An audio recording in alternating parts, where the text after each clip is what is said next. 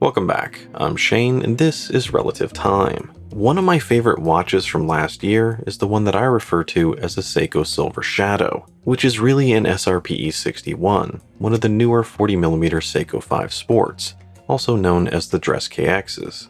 If you haven't seen this one, it's definitely worth checking out. It's actually a watch that I wasn't expecting to like, but one that won me over, and rather quickly at that. In fact, these days I'd say it's one of the best affordable watches Seiko has put out in a while. There are a number of colorways out there, but I really love the gray one that I have, as I think it's a great balance between dress and casual, making it an extremely versatile watch to own. However, as much as I love this thing, there is one thing that is missing, and that's a great bracelet.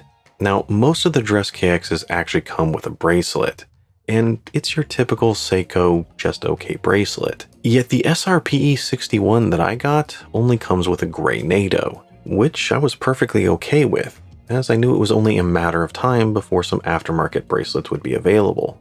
Now, a few weeks ago I just happened to go on Strapcode's site, and I noticed that they finally had some bracelets available, so I immediately ordered one. There are a few different options, but it's basically a choice between an oyster style or a Jubilee, which is the one that I ordered, as I think it suits the casual dress nature of the watch better. Plus, the SKX originally came on a Jubilee, so it just seems natural. Strapcode has a reputation for making some fantastic aftermarket bracelets, and that reputation is well deserved.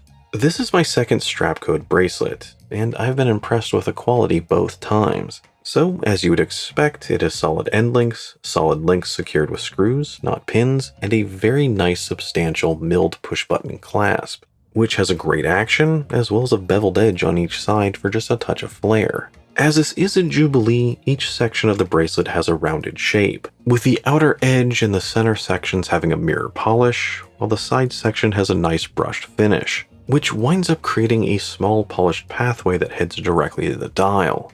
And it's the smaller center section that actually join the links together.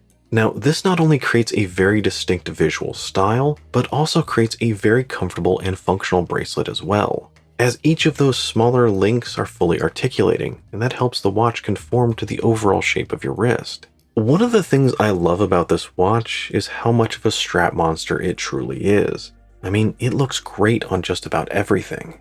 And I love how easily it is to dress it up or dress it down. Yet throw that Jubilee on this, and it dresses the watch up to a whole other level, as the natural curviness of the case looks quite at home with the rounded links of the Jubilee, while all the different edges and angles on the bracelet play with the light just as much as the sunburst gray dial. Now, there is a little bit of a mismatch in the finishing between the end links and the case, where the case has a circular brushing and the end links are linear, and as a result they reflect light in slightly different ways. But this isn't completely uncommon for watches, and there's only so much they can do about it.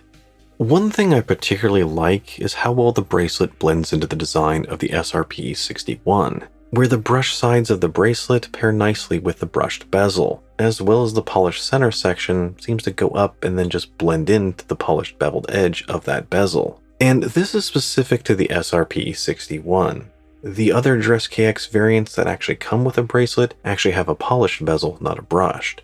And for those that love to mod their watches and want to take this even further, well, this bracelet could be the first step in a much larger project. Combine this with a sapphire and a fluted bezel, and you got a whole new Datejust thing going on. Now, as great as this thing looks, I still have a few nitpicks. The first is with the fit of the end links.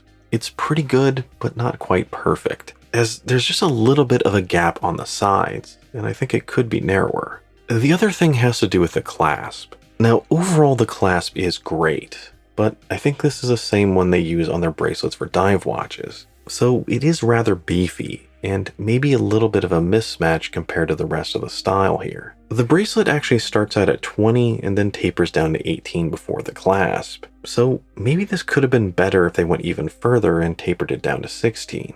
But otherwise it's great, and I think it's a worthy addition.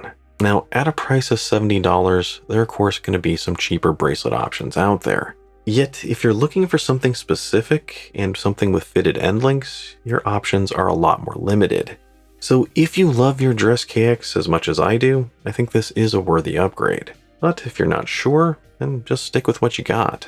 However, there is one other option I want to point out. While putting this together, I noticed that Long Island Watch has a couple bracelets available.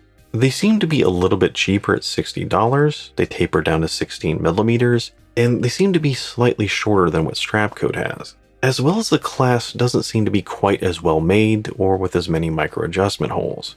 Although it's pretty hard to say that definitively without actually seeing it. But since I think Strapcode's clasp are a bit of an overkill, that might not be so bad.